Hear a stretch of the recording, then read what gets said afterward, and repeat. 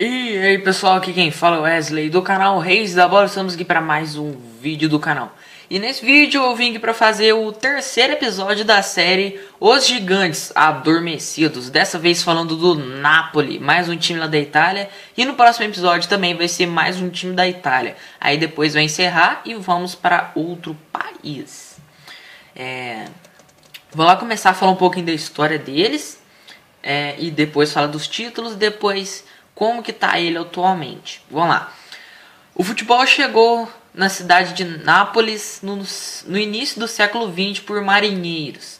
Em 1904, o inglês chamado William Potts, juntamente com alguns de seus amigos, decidiu fundar um clube na cidade de Nápoles. Assim nasceu o Nápoles Football e Cricket Club. Mania de colocar cricket nos nomes lá na Itália, né? Do Milan também colocava.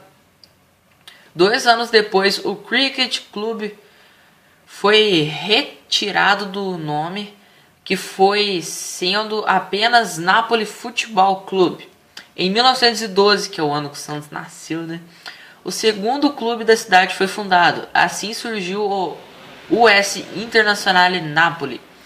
E logo criou-se uma rivalidade entre esta instituição. É a primeira a aparecer em Nápoles. Mas essa história de antagonismo não iria durar. Em 1922, pressionados por problemas financeiros, o Napoli Football Club e seu rival fundiram em apenas um clube chamado Futebol Clube Internazionale Nápoles, apelidado de FCB Internápoles. Em 1926 ocorria mais uma mudança de nome. A diretoria do clube decidiu alterar a independência da instituição novamente. Assim, o Napoli tornou-se a Internazionale Calcio Napoli, assim como o nome do time atualmente. Em 1927, a equipe teve um desempenho terrível no campeonato italiano, terminando nas últimas colocações. Nos anos seguintes, o Napoli melhorou e teve boas campanhas nos primeiros anos da competição por pontos corridos, que começou em 1929. Agora vou falar do rebaixamento do Napoli. O Napoli teve uma série de resultados razoáveis, incluindo 2 terceiras colocações até a temporada de 1936 e 37, quando ficou por pouco do rebaixamento. Em 1939 e 1940, a história se repetiu, mas o clube conseguiu permanecer na Série A. Na temporada de 1941 e 42, a equipe finalmente caiu para a Série B. Depois de muitos anos não indo muito bem no futebol, acabou caindo. Uma hora ia cair, né? Então as competições foram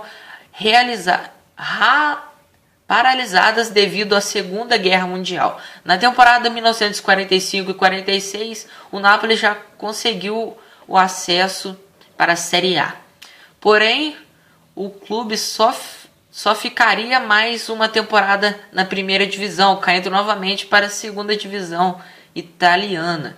Na temporada de 1948 e 1949, a equipe venceu a Série B e voltou à elite.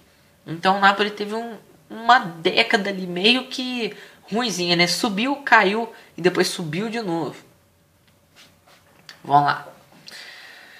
A partir daí o Napoli teve bons e maus resultados na década de 1950. O melhor sendo um quarto lugar em 1957 e 1958, apesar de mais um descendo e outra volta no início da década de 1960. Foi nesta época que o Napoli conquistou seu primeiro título de expressão.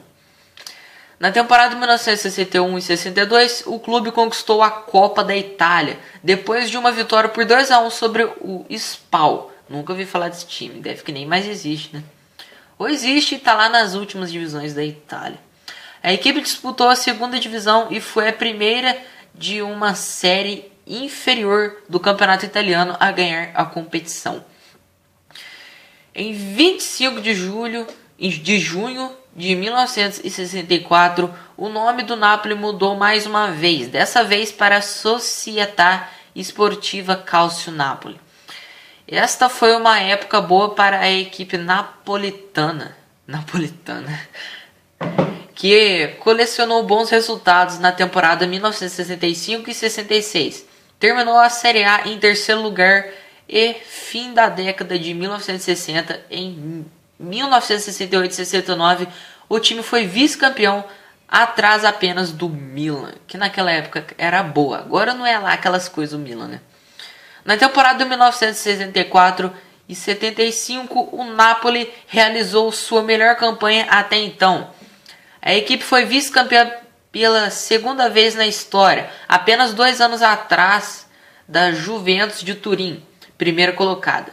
Não, falei errado, 2 anos, velho. Nossa, onde que eu arrumei isso? Apenas 2 pontos atrás da Juventus de Turim. Então o Napoli fez uma boa campanha, só que acabou não sendo campeão. Vice-campeão, tá bom demais. Melhor do que nada, né? Um ano depois venceu sua segunda Copa da Itália, derrotando Fiorentina e Milan no caminho para o sucesso. Agora eu vou falar da década vitoriosa da equipe do Milan. A década de 1970 foi a mais vitoriosa da história do clube. Em grande parte isso se deve à contratação do maior craque do futebol argentino até hoje, Diego Maradona, em 1984. Aos poucos a equipe foi se ajeitando, conseguiu um 8º e um 3º lugar, respectivamente nas temporadas 1984 e 85 e 1985 e 86. Na temporada seguinte, a gloriosa, sob o comando do craque argentino, o Nápoles ganhou seu primeiro Scudetto. No mesmo ano, o clube napolitano, eu sempre rio quando falo isso, véio. Ainda venceu. Não, peraí, tô lendo errado aqui. Nossa, até esqueci onde que eu parei, velho.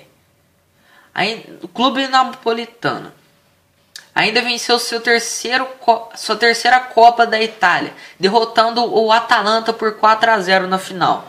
Na temporada 1987-88, o Napoli foi eliminado na primeira fase da Champions League pelo Real Madrid.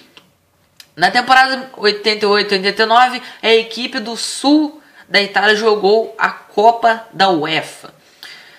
O clube chegou à final da competição e com uma vitória por 2-1 com gols de Maradona e do brasileiro Careca. E um empate por 3-3 derrotou o Stuttgart da Alemanha e conquistou seu primeiro e único título europeu. Neste mesmo ano a equipe foi vice-campeão da Copa da Itália, perdendo para o Sampdoria na final. Em 1989 e 1990, a Napoli conquistou seu segundo título italiano. Um ano depois, o craque Maradona foi flagrado no exame antidoping por uso de cocaína e exclusivo do clube. Isso todo mundo já sabia que ele usava droga, né? O clube já sofria crise financeira, depois alternando resultados medianos com péssimas campanhas. O Napoli viveu um período conturbante. O clube chegou a ser rebaixado e voltou à Série A mais de uma vez. 2004 veio a falência do clube e depois ele voltou ao normal.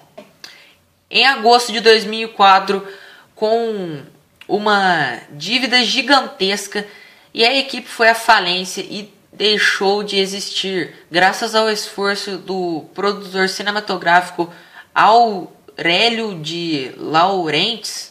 O clube ressurgiu, agora com um outro nome, Napoli Soccer de Laurentiis.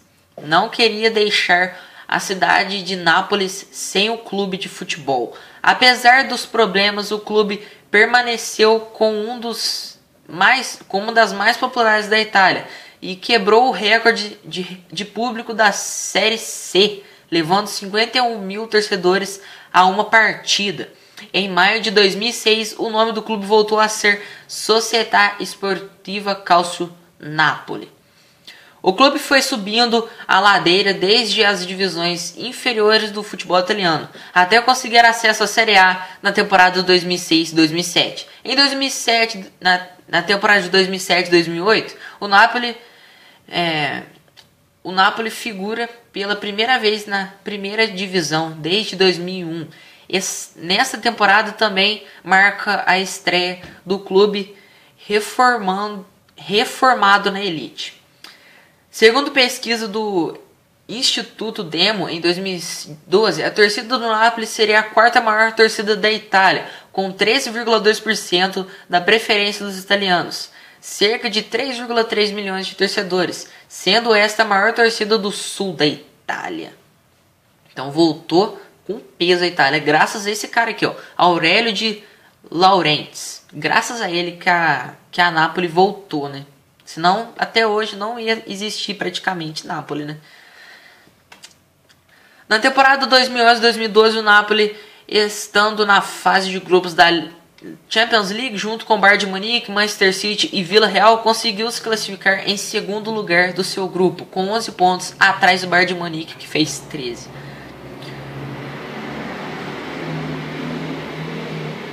O busão fez um barulho aqui, não sei se der para você escutar, mas vamos lá continuar. O Napoli se classificou na última rodada da fase de grupos, vencendo o Vila Real por 2-0 na Espanha. O City fez sua parte, venceu do Bayern de Munique pelo mesmo placar, mas devido à vitória do Napoli terminou em terceiro com 10 pontos. O Vila Real terminou em quarto sem nenhum ponto somado. Nas oitavas, o confronto era contra o Chelsea no São Paulo. Muito difícil contra o Chelsea, né? E terminou com vitória por 3-1. Já no segundo jogo acabou 4-1, somado o resultado da prorrogação. Como consequência, o Napoli foi eliminado da Champions League. Infelizmente, né? Mas o clube foi muito bem. Começou o ano de 2000 para frente. Não, como falo, o século 21 muito bem. Na minha opinião, né? Graças a Aurélio de Laurentiis. Ele, o pessoal lá do Milan, não, do Napoli, nossa, tô tudo confundido hoje. Do Napoli devia fazer uma estátua pra esse cara, por causa que ele foi muito importante na história. Como eu já li aqui pra vocês, né? Corrou o ano ao vencer por 2-0 na final da Copa da Itália. Até então, invicta Juventus de Turim, né? Conquistando seu quarto título dessa competição. Na temporada 2013-2014 conquistou o quinto título da Copa da Itália, ao vencer Fiorentina por 3-1. Em 22 de dezembro de 2014, a Napoli venceu sua segunda Supercopa da Itália na história, batendo o Juventus, mais uma vez, né?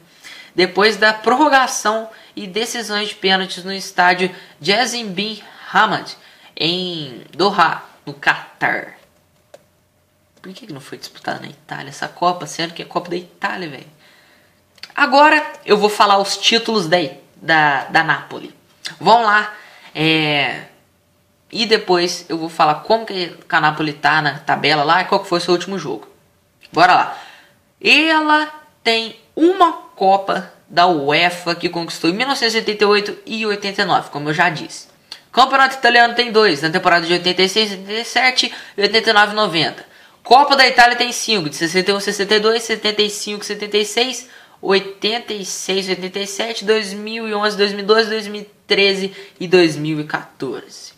Supercopa da Itália tem 2, de 1990 e 2014. Campeonato Italiano da segunda divisão tem 1, de 1949 e 50.